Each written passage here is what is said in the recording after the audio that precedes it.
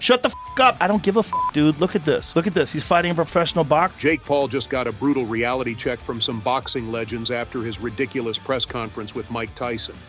I mean, it's one thing to be cocky, but Jake took it to a whole new level of disrespect.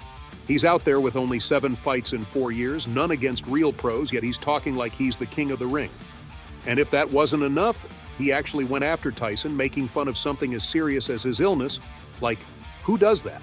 His overconfidence was sky high, but the boxing pros didn't waste any time bringing him back down to earth, leaving Jake humiliated and exposed for the trash talker he really is. From the moment they sat down at the press conference, it was clear that this was not going to be just another event.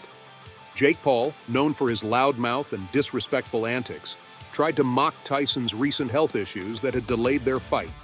With his usual cocky attitude, Paul couldn't resist throwing shade. Yeah, you had to go on your little menopause break and postpone the fight, so yeah. What about that, dog? I was ready before. You needed a little break. Your tummy hurt? Your tummy hurt still? Tyson, with the calm of a true legend, didn't react right away. He let Paul think he was winning, but when he did respond, it was with the kind of cool authority only a boxing icon could muster.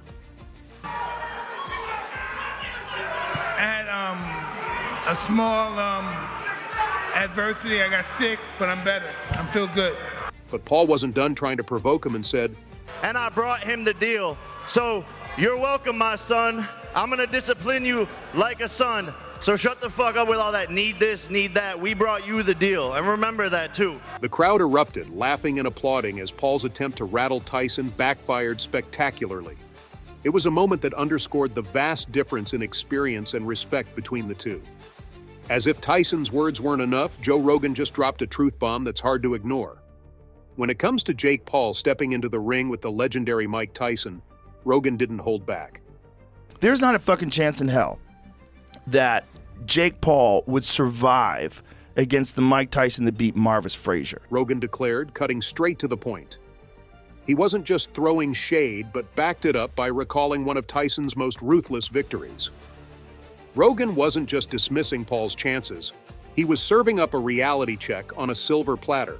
Even at 58, Tyson's still a beast, and Rogan made sure everyone knew it. Lost everything. Yeah. If you see him hit those pads, Absolutely. he has not lost everything. With those words, Rogan cut through all the hype surrounding Paul, reminding us that facing Tyson, even now, isn't just a fight. It's a dangerous gamble that could end with Paul being utterly humiliated. His message was loud and clear. Stepping into the ring with Tyson isn't something you take lightly, no matter how much of a showman you are. Timothy Bradley didn't mince words when he shared his thoughts on the upcoming showdown. And he wasn't alone. The boxing legends have spoken, and Jake Paul might want to brace himself. Known for his no-nonsense attitude, Bradley made his stance crystal clear during the press conference, leaving no room for doubt.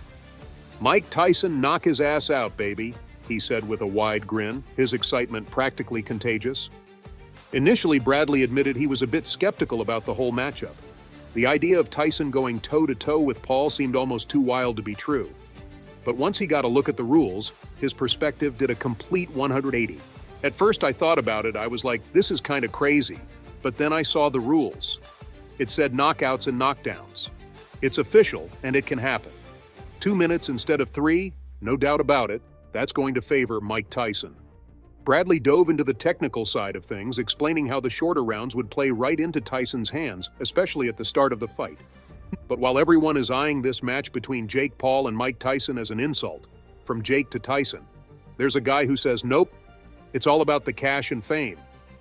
And that guy is none other than Ryan Garcia. You know him, right? He just won a fight against Gervonta Davis, and now he's among those voices in boxing that really matter.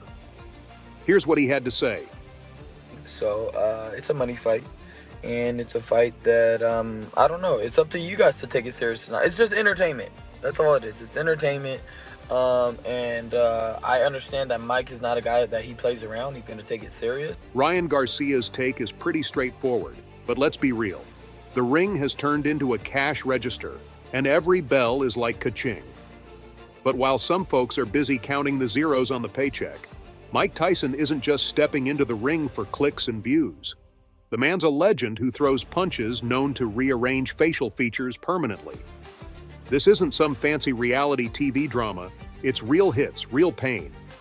Sure, call it a money fight, but when Tyson laces up, it's anything but playful.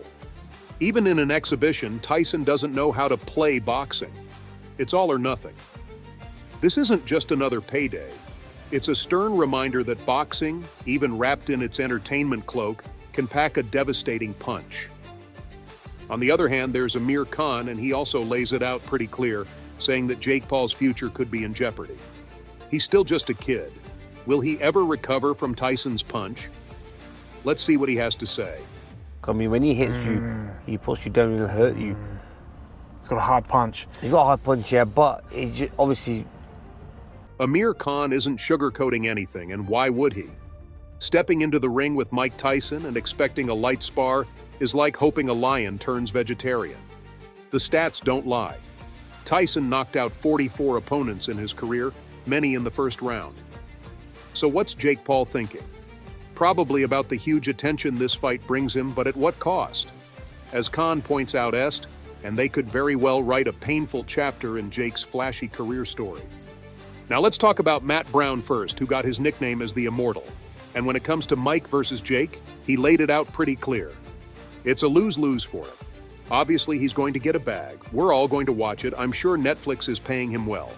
You can't lose to a 60-year-old man, and you also can't beat a 60-year-old man. It's garbage to me. Oh, Matt Brown isn't here just to watch the fireworks. He's calling this fight what it is.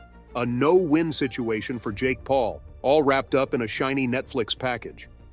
The thing is, if Paul loses to Mike Tyson, who's got enough experience to be his grandpa, everyone's going to joke about him getting knocked out by an old man. Then there's another admirer of Tyson, Bill Haney.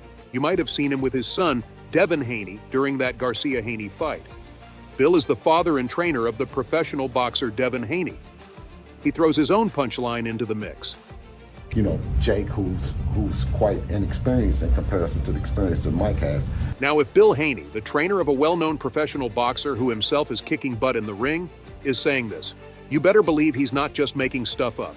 He's seen Tyson, he's studied him down to the core, and he's making it crystal clear that even a one-handed Tyson could take on this little YouTuber turned boxer. Jake Paul might think he's stepping his game, but facing Tyson? That's like bringing a toy sword to a tank fight. Jake may not even know how to spell experience in boxing, let alone face off with our Tyson. So do you think Jake Paul has what it takes to become a legitimate contender? Or is he destined to stay on the outskirts of boxing? The story of Jake Paul in the world of boxing is far from over, and you won't want to miss what happens next.